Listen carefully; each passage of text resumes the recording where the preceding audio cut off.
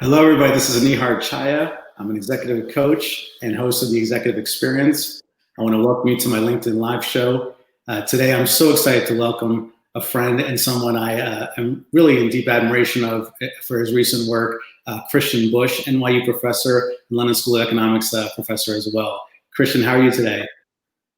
Very good. Thank you so much for having me. Wonderful. We're so excited to have you. And for those of you that are just joining us, we do the Executive Experience about every Thursday around 11 a.m. Eastern Time.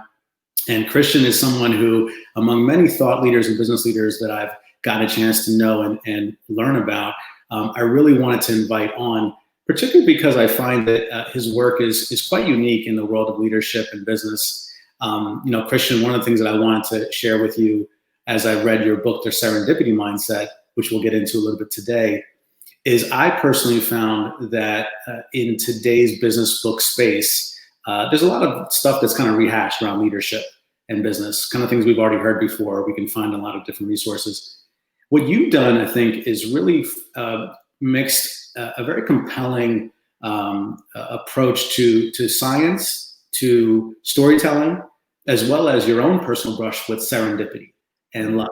And I found that to be really interesting, really unique. And for my clients in executive coaching, I think there's a lot of great wisdom that we can talk about today. So thanks for being here, Christian. And I thought we might start off with talking a little bit about what serendipity means. Can you share with us a little bit about how you look at it? Yeah, absolutely. And it's something I've been extremely excited about for the last kind of 10, 15 years of my life, both as a philosophy of life and a daily practice that, I, in my kind of, past as community builder, entrepreneur, and then researcher, it just turned out that the most purpose-driven, successful people had something in common, which was that they somehow intuitively cultivate that kind of serendipity. And so serendipity really as this kind of smart luck. And so as opposed to the blind luck that happens when, you inherit something or you're born into a good family, and that's passive, right? That's something that just happens to us. But serendipity is about this kind of active smart luck that's about seeing something in the unexpected and then doing something with it. The quintessential moment of, if you have erratic hand movements like I do, you spill a coffee in a coffee shop. I mean, back in the days when they were still open, and you kind of spill it over a person and you sense some kind of connection there, right? You sense, oh, there might be something there. And now you have two options, right? Option number one is you're just saying, oh my God, I'm so sorry. Here's a napkin. And then you walk outside and you're like, maybe I should have talked with this person. Maybe there could have been something. Maybe that could have become the love of my life, a co-founder, or whatever it is. But because I didn't. Or option two is, you spill the coffee. You're like, oh my God, I'm so sorry. I was so focused on this book and, it made me so X, Y, Z. And you start a conversation, see where it's going. And so the point is that those successful people we looked at in a lot of our work, they always see something in the unexpected and then connect dots and do something with it and turn it into positive outcomes. And so serendipity really has these kind of unexpected positive outcomes that we work for. Yeah, I found that it was really kind of encouraging that it's not just about like blind luck, it's smart luck. In other words, you can kind of create some of it if you, I suppose, use your curiosity and, like you said, kind of reframe certain experiences into things that you can take advantage of or capitalize on. So you talk in your book about three different types of serendipity. I think it was Archimedes, Post-it Note, and Thunderbolt serendipity. Can you share with us a little bit about how you define those? Yeah, absolutely. And I mean, the bigger idea behind it is really the question of, are you already looking for something and you unexpectedly come across something and solve it?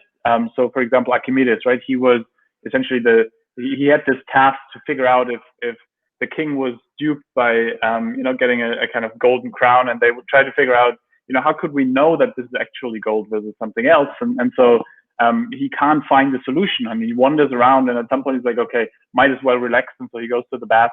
And then the water, when he goes into the bath, kind of lifts up, and he's like, oh my God, Eureka, that could be a way, because gold will weigh more than any other kind of thing that could be in there. And so he was already looking for solving a problem, but he unexpectedly came across a new solution. We see that a lot in companies, of course, where we might have a certain North Star or some kind of bigger problem to fix.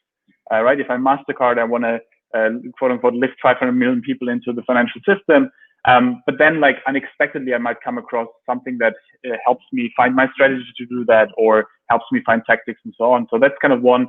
And then on the other kind of extreme is that kind of, I'm not looking for anything at all. I'm just wandering around. I run into Nihar. Nihar, being the kind of super connector he is, like comes with some kind of story that is unexpected to me, tells me about something, and I'm like, oh my God, you know what? Such a coincidence. I didn't even know that I wanted this, but actually I wanted to settle in Costa Rica. Thank you that your brother seems to do a project there. Thank you that we can do this together. And so it's really kind of the three types are across that kind of continuum of saying, am I already looking for something, and do I unexpectedly come across something, or am I just wandering around, or is there something where I kind of change direction, change course based on what I encounter? Yeah, it's very interesting how you differentiate that. You know, to me, I thought about it like, if you have a problem you're trying to solve, can you be more creative in finding the happy accidents, as you talk about, to get there? But there's also this idea of like, can you be open-minded enough to think that there might be problems you haven't even thought about solving yet, right? So there's an innovation aspect to it, but there's also an encouraging kind of message here that you can actually find ways to solve problems that you might be feeling were insurmountable by finding threads outside of your typical linear path. Yeah. Exactly. So Christian, you know, I want to just kind of give a shout out to a lot of the folks that are joining in right now. I see my friend Govert from Netherlands is on, Abhishek Gupta from New Delhi, Charles McCann from Texas, Dora Maar from New York. For those of you that are just joining, please feel free to type in the chat box, not only where you're from, but any examples of serendipity or good luck that you've kind of created in your life. Also questions for Christian. I want to make sure we're covering whatever we can in this half hour, which is never long enough, but a good chance to learn more about what Christian is working on. And Christian, I wanted to talk a little bit about, you know, you talk a lot about actionable strategies to create some of these happy accidents or good luck. And you talk about serendipity bombs and hooks. And I like this. I'll talk a little bit about, you know, how I found that very useful in my life. But I want to maybe hear what was your, you know, how did you kind of come across those words, or did you coin them? And what has it been for you? Is there any experiences you can share with us where you were able to use a serendipity hook or a bomb to create that luck for yourself? Yeah, absolutely. And you know, at the end of the day, it's all about this idea of, if serendipity is all about spotting and connecting dots, so all about seeing something the unexpected, relating it to something, you know, a problem we're solving or our life or whatever it is, then the more we can seed these dots and the more we can connect them, the better. And so, you know, setting hooks or casting hooks and setting serendipity bombs is really all about saying, how do we seed more of these dots that could be out there? And so I'm a big fan, especially of the hooks strategy, because it's something where we can use every conversation, every interaction, for creating more serendipity. And so, to give an example, there's this wonderful entrepreneur in London, Ollie Barrett, who's this kind of intuitive super connector. And if you would ask him this dreaded question, you know, that comes at every conference, what do you do? Or every kind of call with a new person, what do you do? He would not just say, I'm a tech entrepreneur. He would say, well, I'm a tech entrepreneur, recently started reading into the philosophy of science, but what I'm really excited about is playing the piano. So what he's doing here is he's giving you 3 potential hooks where you could be like, oh my God, such a coincidence. I just started playing the piano. Let's do a matinee together. Or such a coincidence, my brother recently started as a philosophy professor. I should link you up. Whatever it is, in a way, in every conversation, we can consciously think about how do we seed a couple of dots of potential interests, just to see how the other person, if there's something they jump on. If not, that's okay too. But a lot of times people might be, oh my God, such a coincidence, X, Y, Z. And so hooks is all about kind of setting this. Serendipity bombs is, especially in a virtual age, I like it a lot, because it's really about this idea of saying, how do we essentially, if we see serendipity a lot of times as a numbers game where, you know, the number of shots we take makes it more likely that some kind of serendipity happens, even if we don't know by definition what it could be, right? But it's like this thing of like, if you surround yourself with interesting people, then of course there's a higher likelihood that some kind of serendipity will happen, even though you don't know what it will be exactly. And so serendipity bombs, an example of this is really to say, I don't know, who are the 10 people we really admire? And then, you know, on LinkedIn, how you have the in-mail function where you can reach every second degree contact. So essentially you can send them an in message. And I'm a big fan of just kind of genuinely saying, thank you so much for inspiring me. And, you know, just wanted to flag, I'm excited about XYZ at the moment. If you ever feel like connecting, let me know. And the point is, it's completely non-pitchy, it's completely non-biz dev, but it's really about saying, I'm reaching out to the 10 people I admire the most. And usually there's one or two people writing back and saying, my God, such a coincidence. I was just exploring XYZ area. Maybe that could be something. The point here is that we can't really know beforehand what people are really working on, right? Like LinkedIn and everything else like shows us the past, but it doesn't show us the future, right? So, but if we flag a little bit and put a little bit out there, being that via messages or content or whatever it is, something that people can grab, that's something that really works well. And I've seen that with my students as well. For example, you know, a lot of their careers now at the moment, they had their internships secured, they had their careers kind of all mapped out, and then COVID happened and that all break down. And so one of the things we do with them is to say, okay, you know, feed a lot of dots at the moment by speaking with a lot of adjunct professors and others, flagging what you're interested in, and then be on their radar. And whenever something comes up, difficulty here, but Christian, I get your point, and one of the things that I would say, hook and the bomb. For me, I actually happen to very much resonate with the hook aspect. I had a chance to think a little bit about how I was approaching prospective clients, for instance, or people in my network, and it was very difficult to not to think about, you know, how do I find myself in a way of differentiating why they should talk to me. And I read your article in HBR about how you should talk about some of these passions and interests, and you might find different hooks and connections there. And actually, one of the best ways that I found it to work was with some of my own talent, where I used a blog that I would never really talk about myself. I figured, let me actually open up a little bit more about my story and where I'm from. And then lo and behold, I would find out that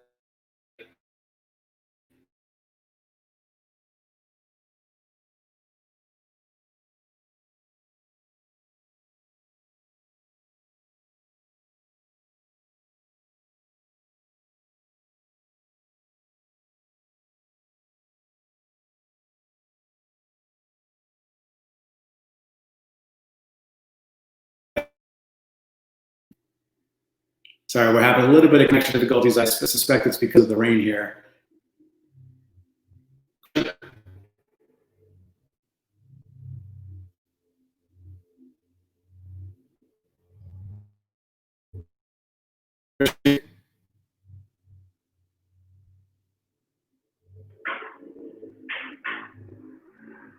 Hi, Christian.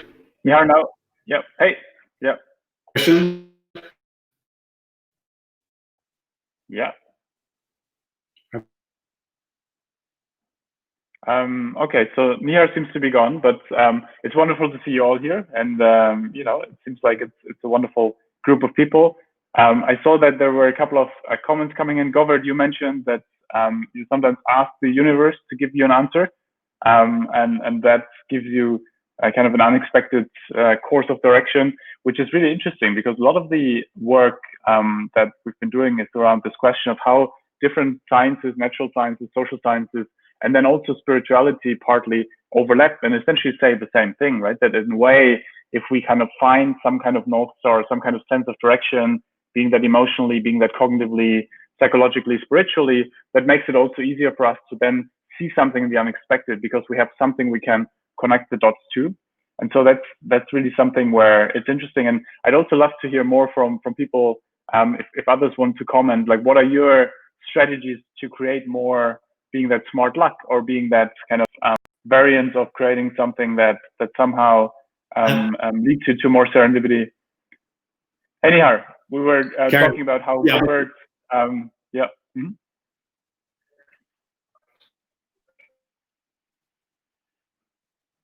Nihar, we can't hear you, I think, but in case others want to comment, like what their strategies are for creating serendipity or making it more probable that opportunities unexpectedly rise. A couple of others that I find super useful is, for example, one thing that I've seen in companies work pretty well is project funerals or post-mortems. So the idea being that essentially when you are in a setting, in a company setting, and let's say you have a group of people, you know, and you know, usually in companies, when something doesn't work out, we're trying to hide it, right? So, oh my God, XYZ was a mistake, so we try to hide it away.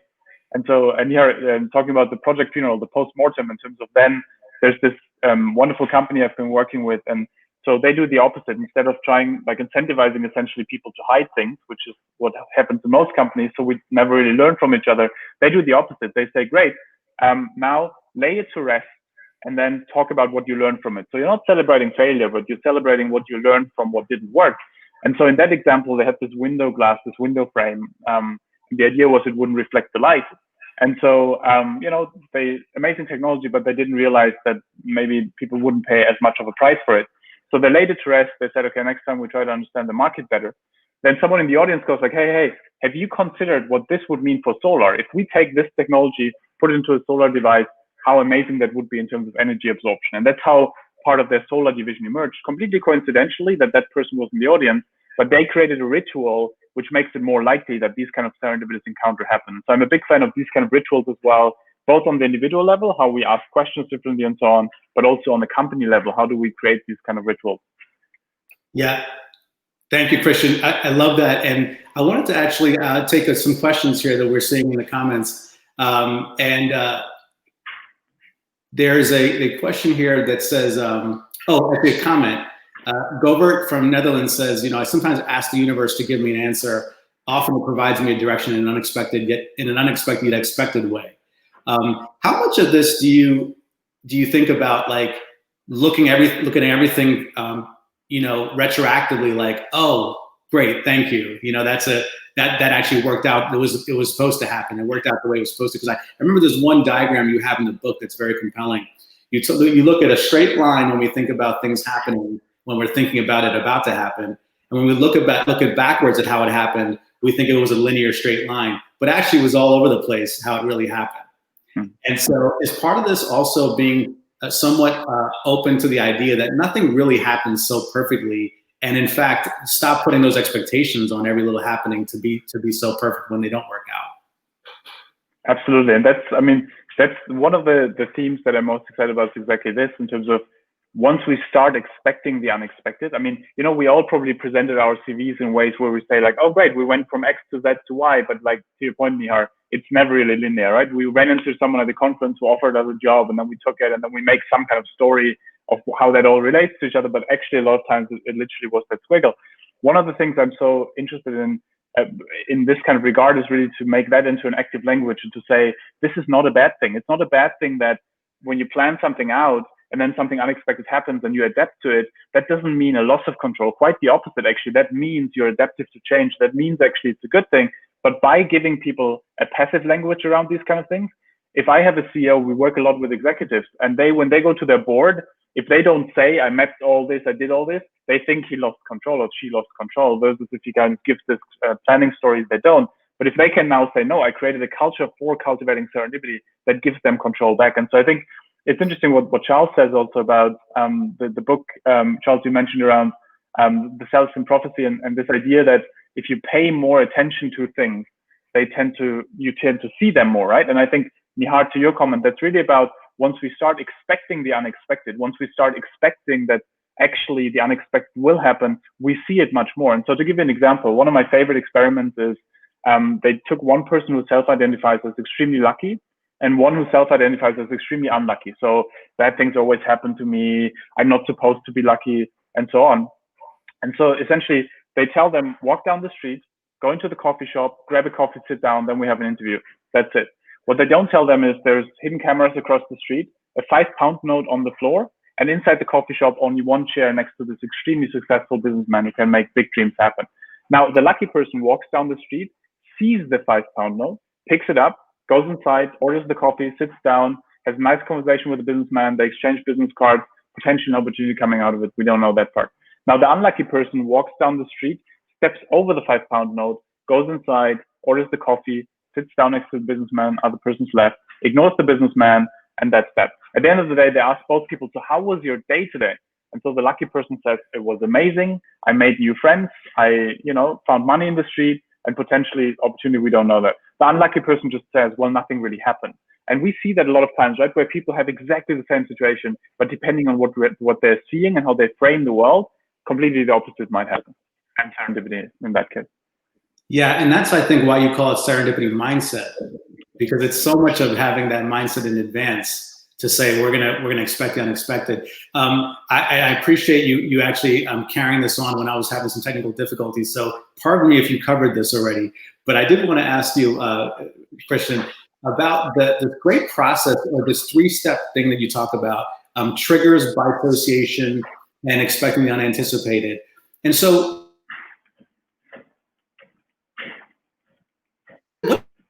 actually action some of this in our lives. And so can you talk a little bit about how you look at the trigger and then the bifurcation and then the third step?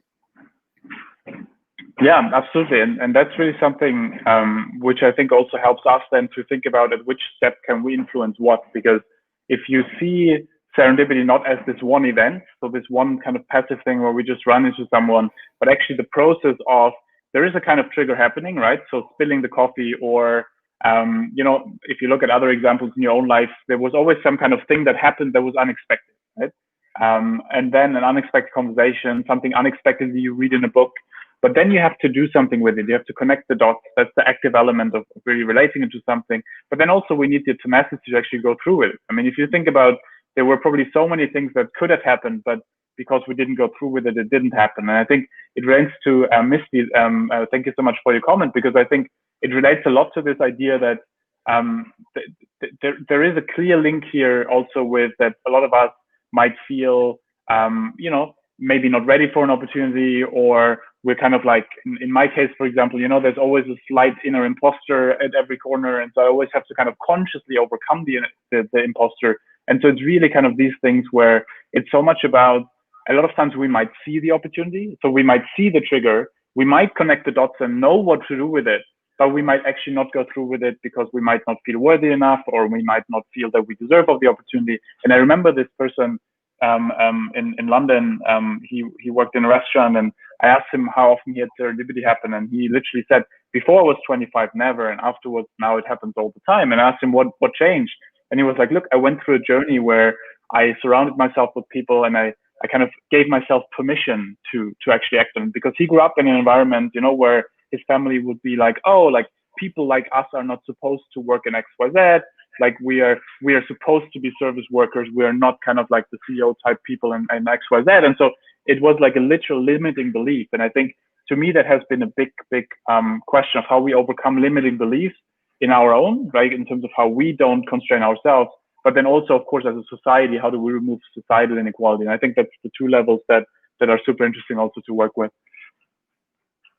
Yeah. And I think Misty also said something beautiful here around that kind of idea of you know, like building relationships, not expecting anything in return. And then it's almost like karmic, right? Where like a lot of things then happen because, you know, there's obviously a lot of things around it, why it happens. But it's a beautiful example also how if we put good things out there, it's again also related to the universe question, right? They tend to come back a lot of times as well. I think Nihar, you might be gone, but so essentially, I think on that note, Dora, you had also a nice point here around this idea that in every moment there can be something magical, right? And once we reframe everything away from a problem towards like a learning opportunity, then actually, you know, we realize that bad luck in one moment might actually spell really good luck in the long run. And I think most of the things, you know, when I think about serendipity, and most of my serendipitous experiences in life, a lot of times they came out of bad luck, right? My partner, like she felt it was really bad luck when she broke up with her partner at some point, but then, you know, it ended up like us being the ones where we feel, okay, this probably was it, and a lot of serendipity involved, but point being that a lot of times serendipity also might take time and come out of good or bad things. Yeah, I completely agree. And Christian, you know, it's an interesting point you make. We've talked so much about careers and business, but I mean, this, like you talk about in the book, I mean, this relates to love, it relates to family, it relates to just the general, you know, journey through life and all its kind of ups and downs. And so let me ask you about, I mean, have you ever found the application of this towards things like anxiety or mental health? You know, that's certainly something that I'm doing a lot of work on with clients, moving into about managing with myself. But I really found a lot of openings in this book for that aspect of it too. And I find particularly this year when we're dealing with so much of this distance from people, how you can kind of go into your own shell. What suggestions do you have around helping people use these concepts to manage the mental health that they're dealing with right now? It's a great question, because I think one of the key, one of the reasons why I'm so excited about this is exactly that. I feel once we turn uncertainty and the unexpected from something that is threatening into a potential ally, then actually, we kind of, I grew up in Germany. We get used to a planning mindset. We want to control everything, and it makes me anxious, right? Ambiguity makes me anxious. Uncertainty makes me anxious. And so that mindset has helped me a lot to say, okay, you know what?